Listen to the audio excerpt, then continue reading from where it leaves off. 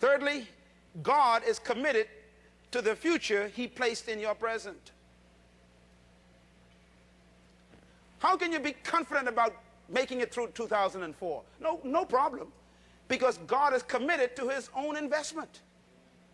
Some of you are wondering how you're going to make it to the end of 2004 with all your bills paid, all your needs met, and everything that you need provided. I am here to tell you good news. The God who gave you that future already is committed to it.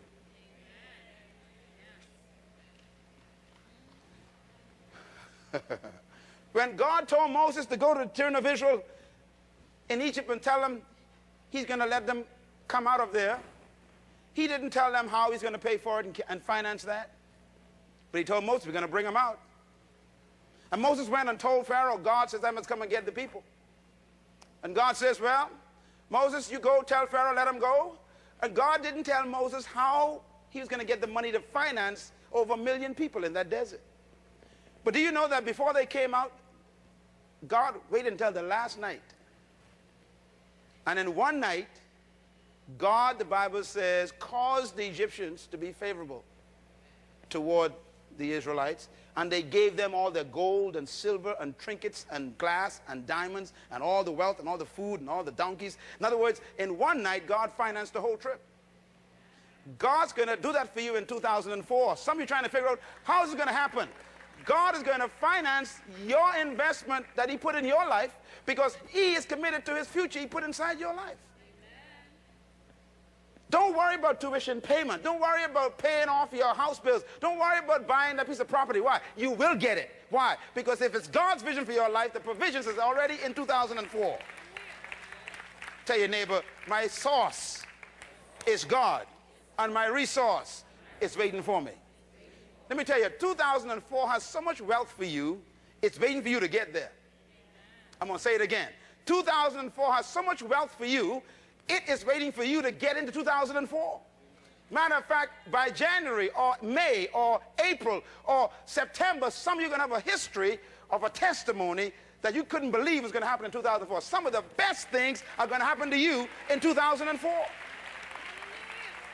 There are some things that you've been praying for all this year that God says no. Why?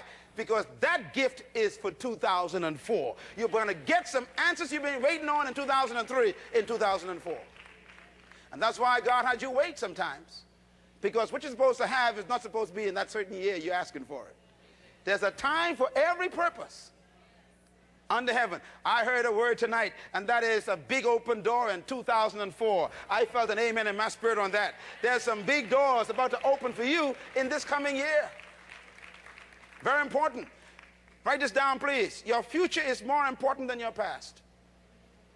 Thank God. Because our past many times don't look too good. The reason why it's good to see you in this place tonight, some of you haven't been in this place for many, many days and months. But I'm glad you're here. Why? Because here's not a chance for you to start again. You can start again. And the race is not to the swift. So don't try and compete with nobody here. Get back in the race God gave you to run. Amen. Can I hear an amen? Amen? Run your own race. Your race is against your own death. Finding out your purpose and fulfilling it in God. Write this down, please. Your future is more valuable than your past. Some of us are so committed to our past failures, we ain't got no time to move into the future. What a tragedy. I am convinced that your future is more powerful than your past. Why? Because your future is unlived. You can do more with your future than you can with your past. You can't do nothing with your past. So the power in your life is really in your future. And 2004 is more powerful than 2003 because 2003 is fixed. It's frozen. You can't touch it. All the stuff you've done that you're not pleased with is already history. Thank God for a new year.